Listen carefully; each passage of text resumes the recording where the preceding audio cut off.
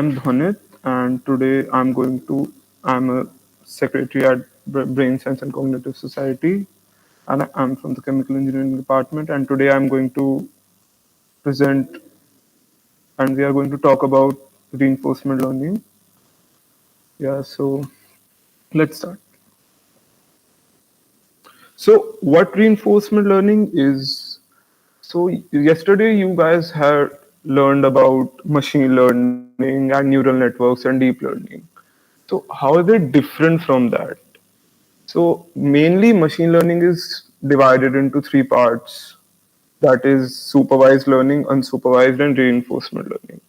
The main difference is that in reinforcement learning, there is nothing given to you as such. Like in supervised learning, you have you have a pre you guys have like some data on which you train your model, or you have some pre-given outputs on which you train your model.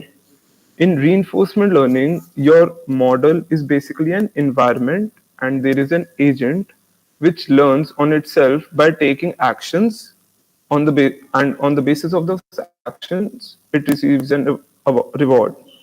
So that reward can be positive or negative based on the action, and the model tries to maximize its reward by taking action that give it positive rewards. So it's like how a human tries, how a baby or all of us try to learn when we are small. So like a baby, when it is growing up, it touches a warm object. It cries because it was warm, and he did not like that. So in a kind of way, it was negatively rewarded. Whereas if he just stays close enough but doesn't touch it, he will get good warmth from it, which is good, and that can be considered as positively rewarded. So reinforcement learning is just a computational approach of this kind of learning.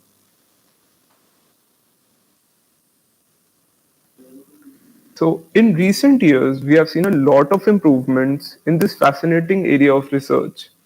So if you guys would have heard about Go is a very technical game that is even difficult than the game of chess at that time of. So let's see a video related to that. Go is the world's oldest continuously played board game. It is one of the simplest and also most abstract. Beating a professional player at Go is a long-standing challenge of artificial intelligence. Everything we've ever tried in AI just falls over when you try the game of Go. The number of possible configurations of the board is more than the number of atoms in the universe. AlphaGo found a way to learn how to play Go. So far, AlphaGo has beaten every challenge we've given it, but we won't know its true strength until we play somebody who is at the top of the world, like Lee Sedol. A match like no other is about to get underway in South Korea. Lee Sedol is to Go what Roger Federer is to tennis. Just the very thought of a machine playing a human is inherently intriguing. The place is a madhouse. Welcome to the DeepMind Challenge. The whole world is watching. Can Lee Sedol find AlphaGo's weakness? Whoa. Is there, in fact, a weakness? The game kind of turned on its axis. Well, look at your face. That is not a confident face. It's developing into a very, very dangerous fight. Ooh, hold the phone. Lee has left the room. In the end, it is about pride. I think there's something went wrong. Yeah, it's made him think. He's got to pronounce America. These ideas that are driving AlphaGo are going to drive our future. This is it, folks.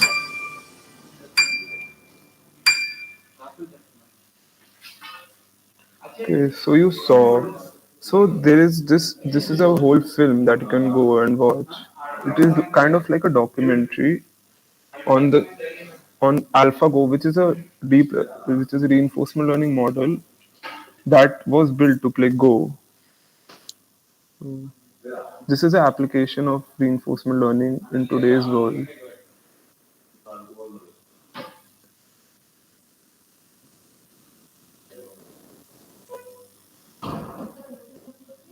So I believe by now that you have a good idea of what machine learning is about.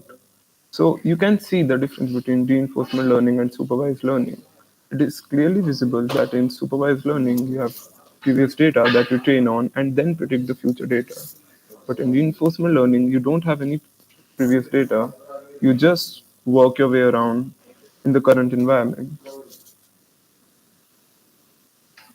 So, the main things that you should keep in mind while doing reinforcement learning is the objective, that what you want to make the reinforcement learning model do, the state, that is the environment, that is the current state of the environment in which you are working on, the action that the agent takes to bring about a change in that environment or state, and the reward that the agent gets on performing an action.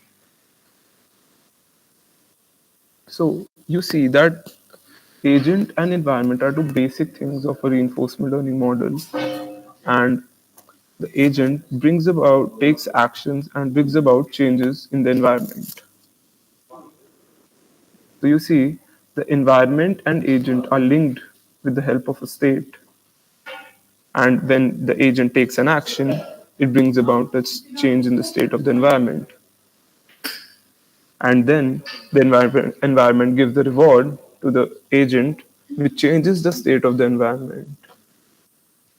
So let's see some more examples of reinforcement learning applied to today's world. So the cart pole problem. So this is basically, the objective is to balance a pole on top of a movable cart.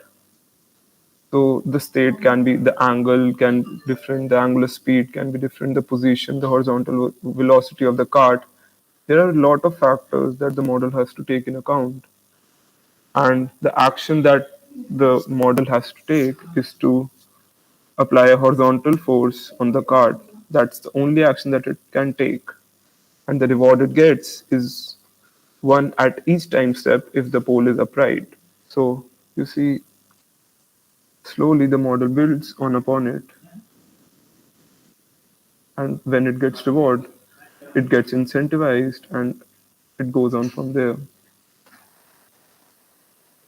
Robot locomotion. So the main task in this model is to make the robot move forward. So how does the robot move forward? It moves forward by staying upright and using its legs. But the main challenge is that the angles and positions of the joints, which are variable. So the model learns those variables and applies them and improves its reward slowly. Atari games. So you must have played those games like Tetris and small ping pong and a variety of games like this in which you have to score, and you slowly build up your score. And the state here is raw pixel inputs of the game state, that is the environment, and the action that you take is left, right, up and down. You make your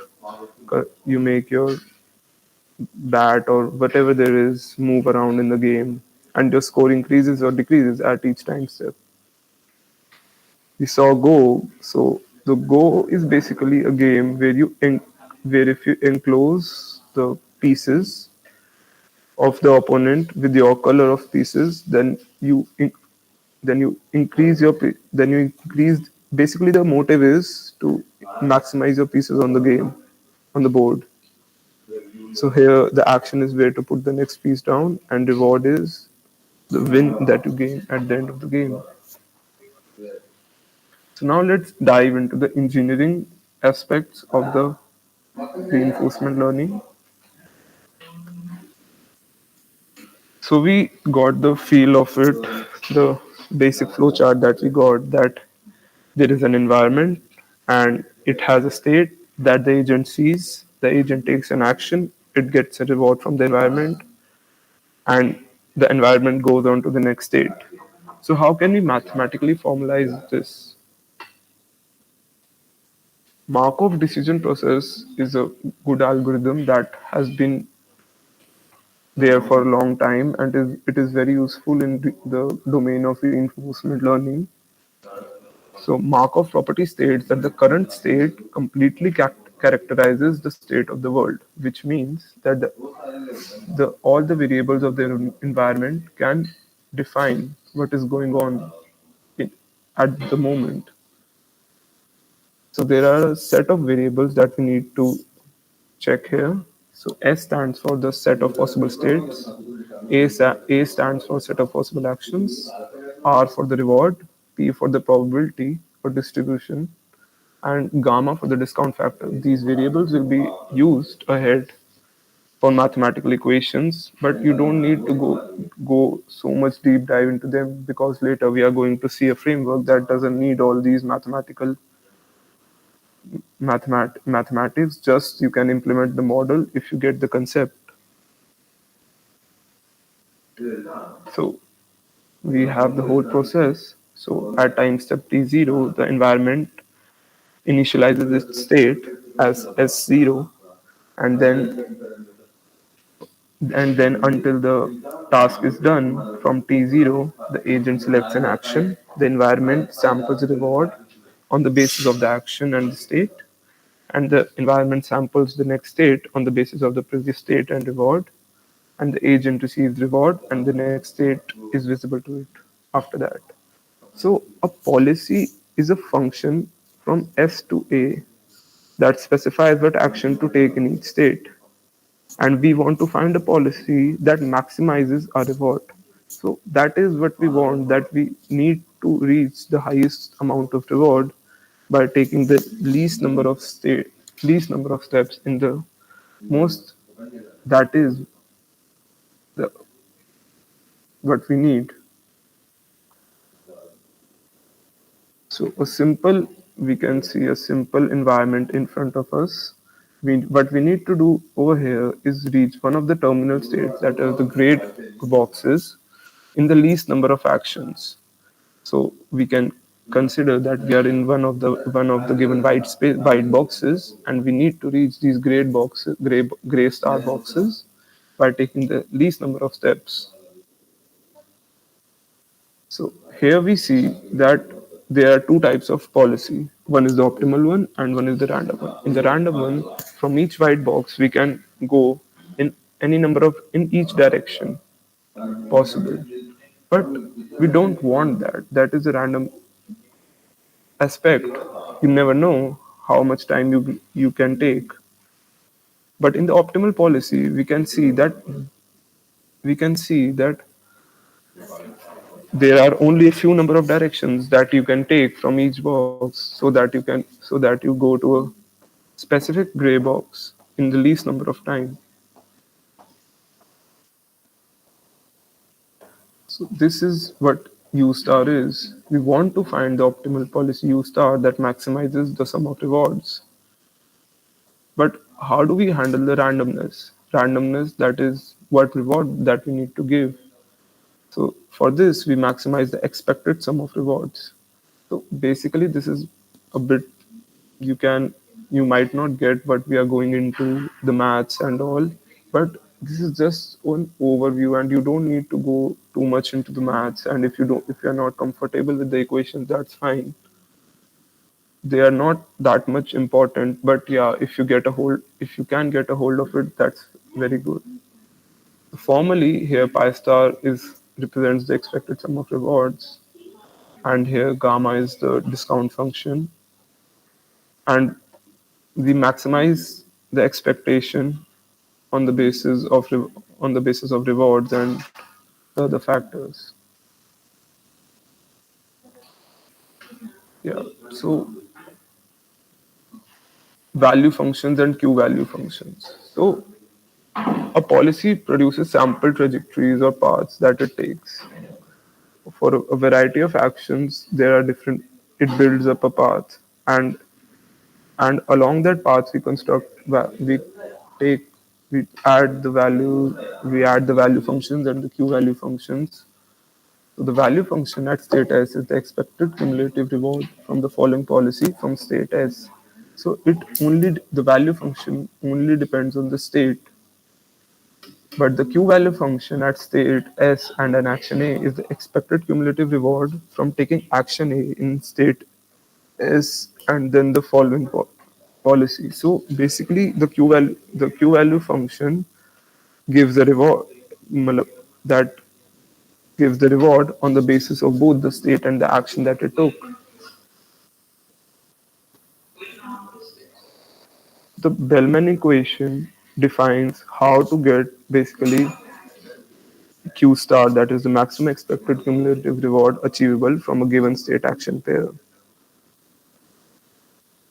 So we can get the intuition that if the optimal state action values for the next time step Q star are known, then the optimal strategy is to take the action that maximizes the expected value of the reward plus plus the plus the discount factor into the maximum expected cumulative reward, so that we maximize our reward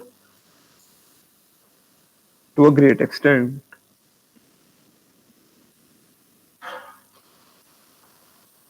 So at the end, we need to solve for the optimal policy, that we need a path that is the most optimum path. So you can see that from the previous slide, we have to maximize this expectation, that is reward plus discount times the maximum Q star value.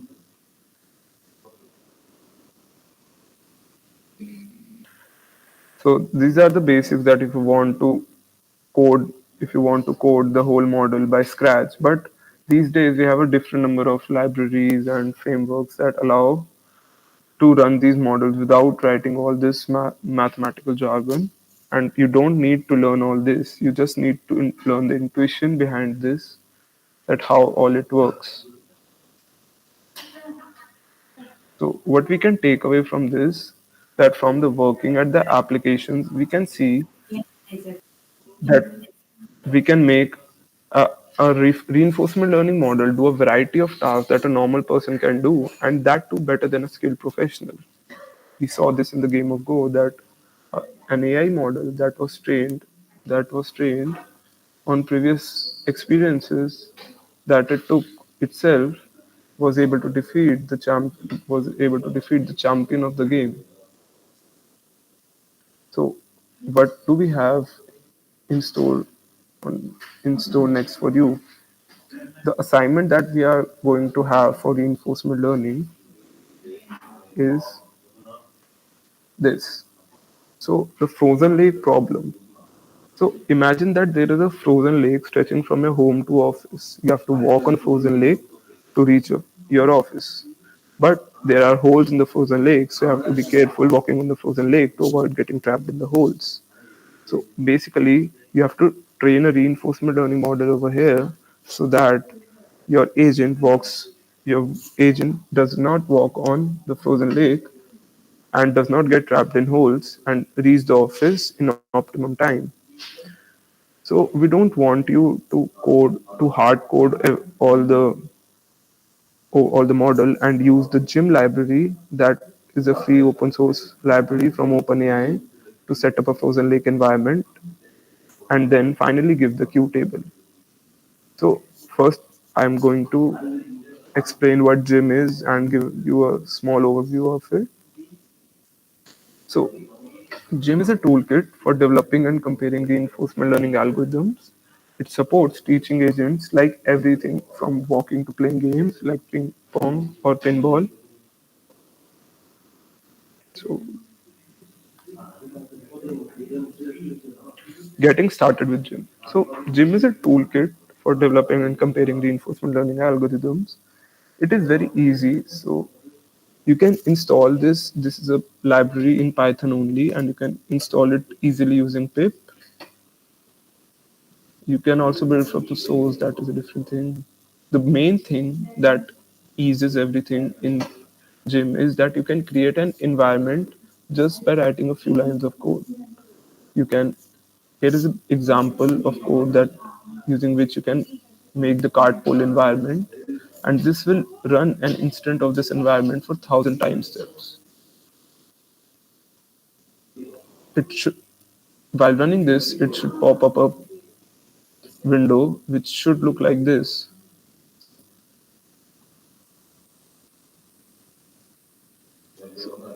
Basically, this is a library in which you can play around and you can read its documentation and learn learn basic code, and you can see that here it also has the environment, a variety of environments that you can implement.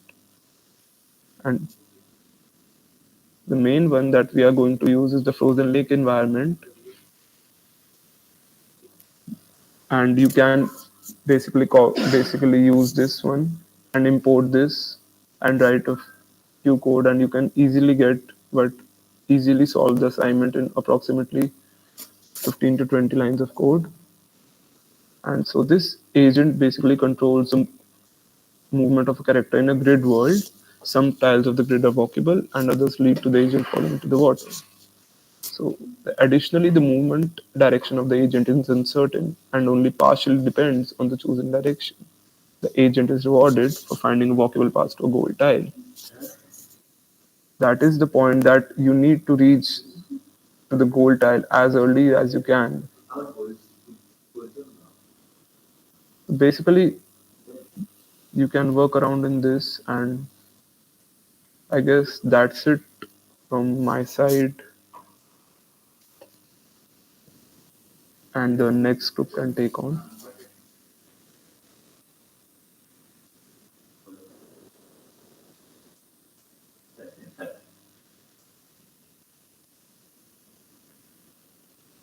You can post any doubts in the chat and we can answer you there.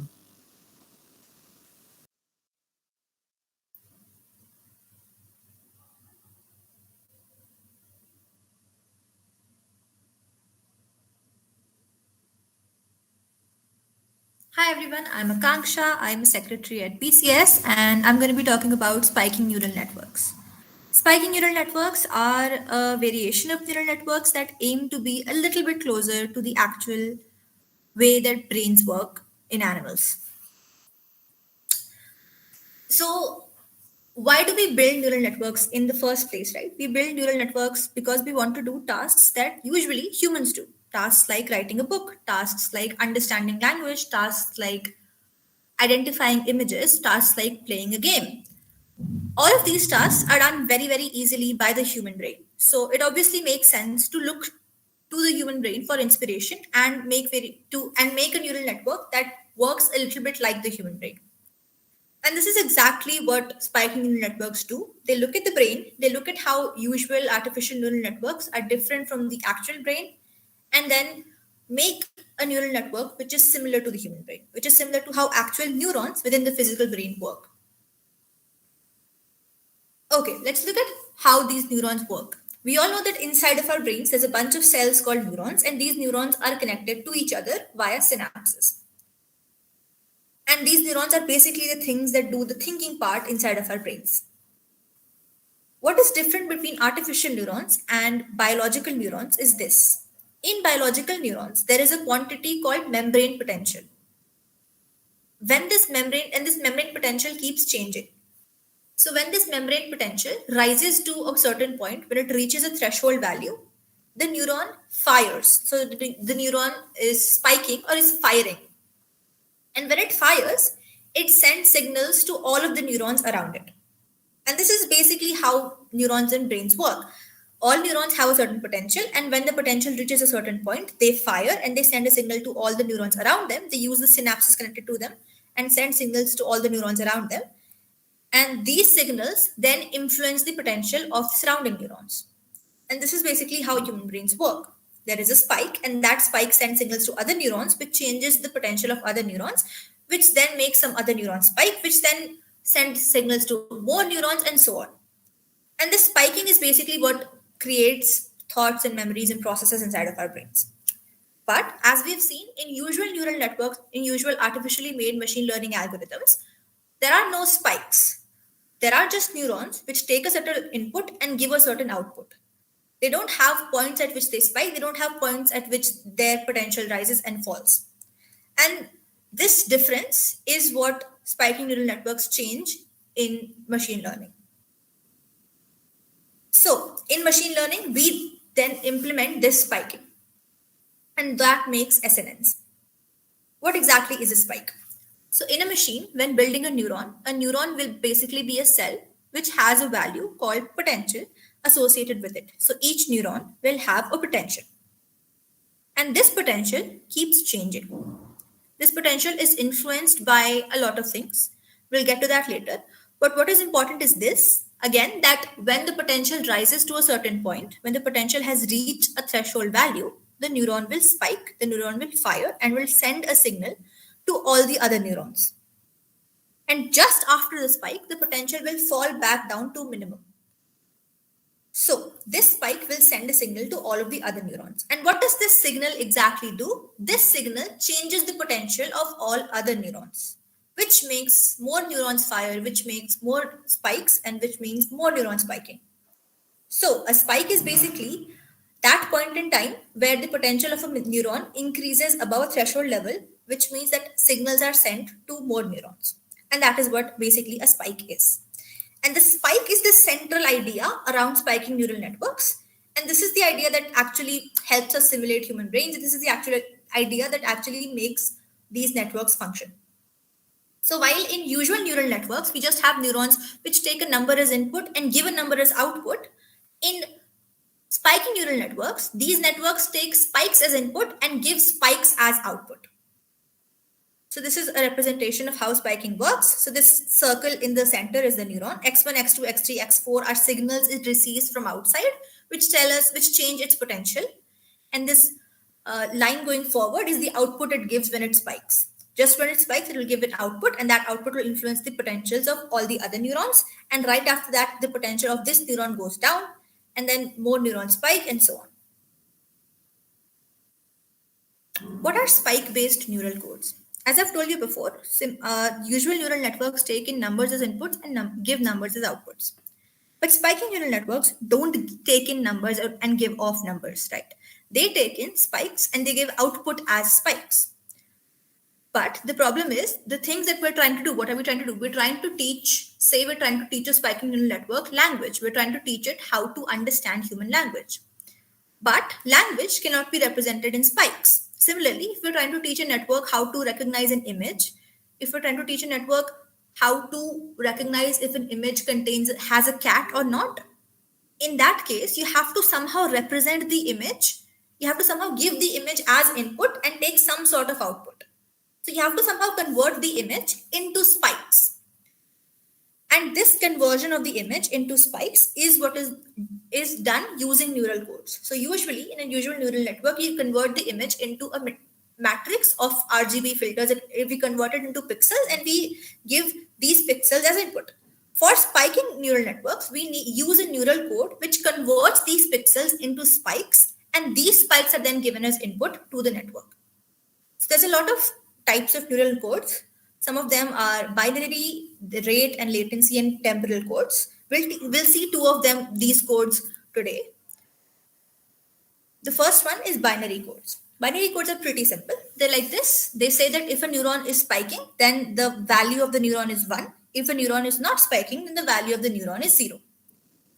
And we all know that once they've converted something into ones and zeros, it is very, very easy for us to then have a lot of data processed into it. So now we have a binary language, and using this binary language, we can convert whatever data we have into binary and then convert those binary into spikes and give that as input, and we're done. So binary codes basically convert spikes into binary language, and binary language is obviously very, very easy to use. There's a more complex kind of coding, which is called rate coding. In rate coding, we don't just see whether a neuron is spiking or not. We have more things to see.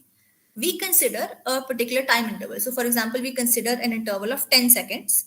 In that 10 seconds, we think about whether the neuron firing has a certain amount of impact on other neurons.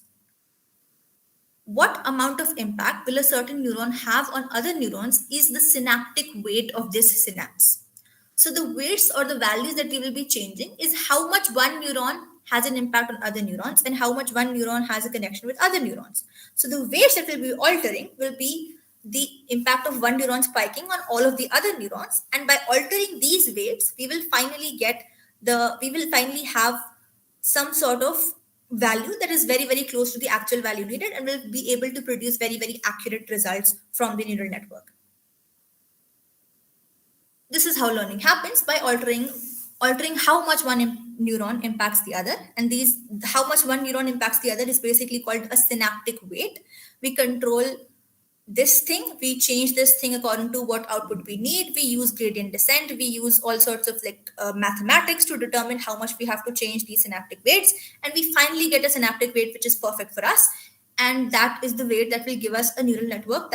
Those weights are the weights that will give us a neural network that functions perfectly, that gives us what we want. And all of this learning is sometimes called spike timing dependent plasticity, STDP, are the variations of this rule. But it's basically that score. Determining how much one impacts the other will basically give you the actual neural network. This is how learning happens in spiky neural networks. Why are spiky neural networks helpful? Because they're so much like brains, and because brains have evolved over millions of years to be very, very good and very, very efficient, spiky neural networks are very fast and extremely efficient at what they do. So they don't take up much resources. They do their jobs they're much easier to train, and they do their jobs much faster than usual neural networks. And they're able to do a lot of things at once. And that's why they're much faster and much more efficient. So the usual tasks that we networks are so much similar to brains that a lot of scientists are trying to use these to understand how brains work inside of animals. And about the assignment, we'll be sharing a link of the assignment with you guys on Discord. And this assignment will be using Brian 2, which is a Python library which is used for making these spiky neural networks.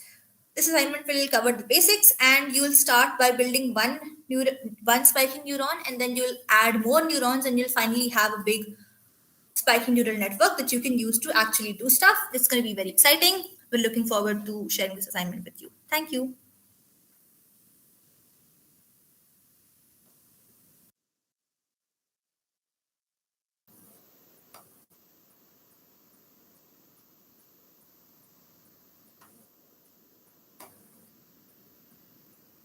So, hello everyone. I hope my screen is visible to everyone. So, we are starting the session on RNNs. Basically, here what you see is a brain. Brain is a network of neurons, 80 billion nodes in the network for humans. So, it's obvious that to recreate functionalities of a brain, we want to try modeling the brain as a network. Here's when the role of RNNs come into play.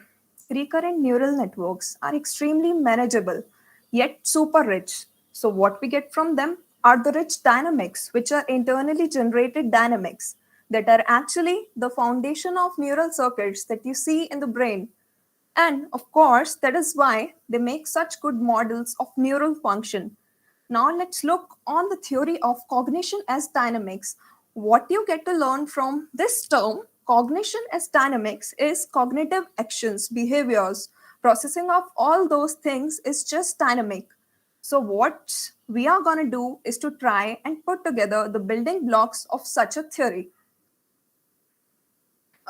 In this theory, basically, we will learn about these two, which are neural-like units, and the second is activation functions. What we want these RNN models to be able to do is to modify them in such a way in order to make it function like a brain. We want them to look like they are task specialized. But before getting into this, it is useful for us to understand the basic definition of building blocks of these RNN models. So here we go. When we talk about moral neural-like units, these are basically abstractions such as continuous dynamics-based and rate-based. And what activation function does is to take the inputs to each of these model neural-like units and produce an output. Activation functions can be linear or nonlinear, and among nonlinear ones, there are 10H, or we say hyperbolic tangent, and ReLU, which is rectifier linear units, and sigmoid. Once again, let me remind, why are we studying this? This is just to understand some basic terms that goes into RNNs and to understand why they make such good model for dynamics that occur in the brain.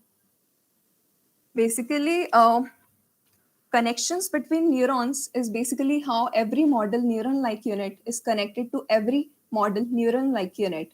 In this, we see fully connected where every unit really does fundamental talk to every other unit in this model. So these are the fundamental elements that we are going to have a look. I hope all of you are able to see a diagram on the top where there is a highlighted neuron with an eye. This is just sitting in a bath of other neurons. The current in a model neuron is essentially what happens when there is a neurotransmitter release.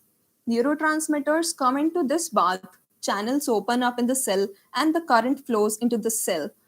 That current in this model neuron can be described by a linear first order differential equation. The solution to the same is mapped here, which exhibits decaying activity.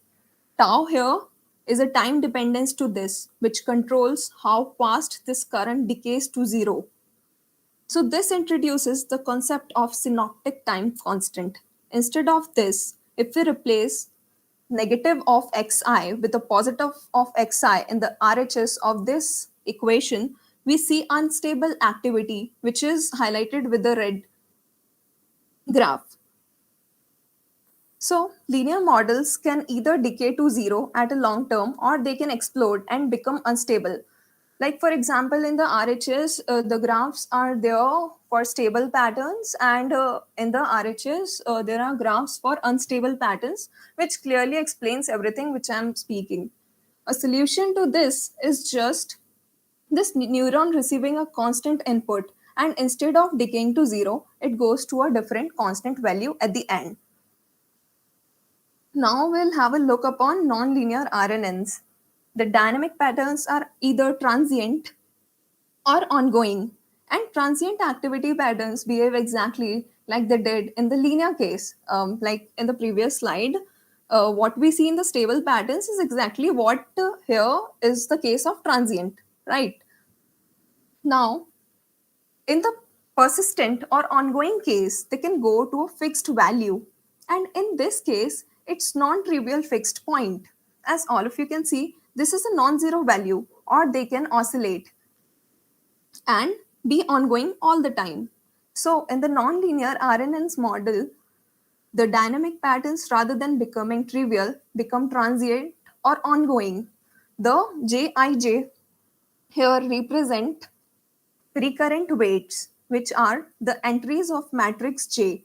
Now, the properties of these current weights will decide how networks like this will behave. We want to be able to change the properties of these connectivity matrices so that they become task specialized or start to look like they look like in as like in a real biological brain, right? Now, probability density as a function of interaction strength, which is centered over zero. Like here, this distribution have a certain width. Now imagine a scenario in which some kind of biological mechanism has changed these interactions to be less wide or narrower. Or in other words, you can say that this graph becomes less wider. Okay. It turns out that the activity of models like this goes back to the trivial fixed point or decays to zero. Now, if I take the same network, but the interactions are more stronger, in other words, you can say like the entire distribution is broader. That is, this graph becomes broader. In this case, the network becomes spontaneously active and exhibits rich and complex dynamics. In the colorful columns, you can see here in the left of these rate time graphs, this is the activity of few hundred neurons in a network like this is a function of time. In the inactive case, you can see, which is the green part. In the inactive case, you can see every neuron is just at zero. However, just by changing the variability of synapses, that is, by widening the distribution, you get population activity that is rich and internally generated. On and all, the effect of making recurrent interactions more variable has the effect of producing rich dynamics. So there is this one number in this models that if we increase, you get rich dynamics, which are spontaneously produced from these models, and that makes them incredibly powerful. So there's a way to quantify how rich these population dynamics are with a metric. This is called the metric of average autocorrelation. Average autocorrelation. Following are the examples of applying this average autocorrelation to population dynamics we saw in the previous slides. So, in the inactive cases where the synaptic interactions are not as variable, you can see the C of tau right here. Yeah, you can see this C of tau at 0, which is expected because all the firing rates are trivial, fixed point, or simply inactive.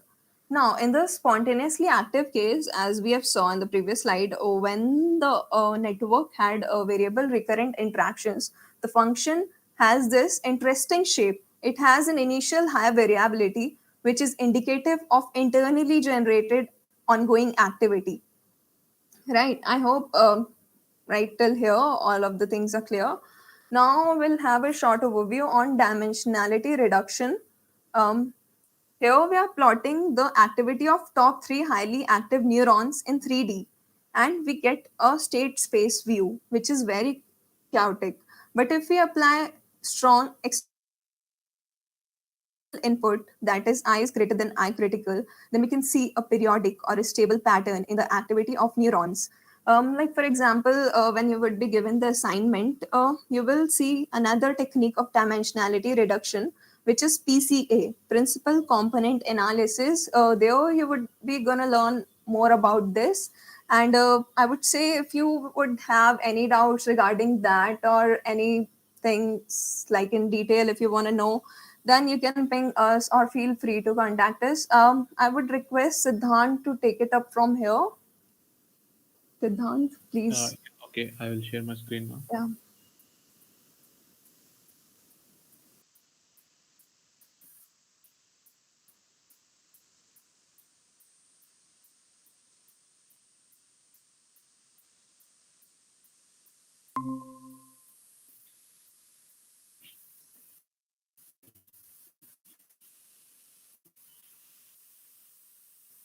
Is it visible?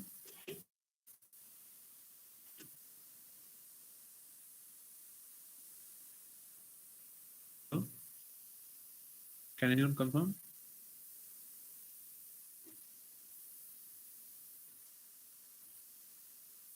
Yes, Siddhant, it's visible. Yeah, okay, so now I'm going to give you an overview of the assignment that you will be completing this week. Most probably you will be completing this.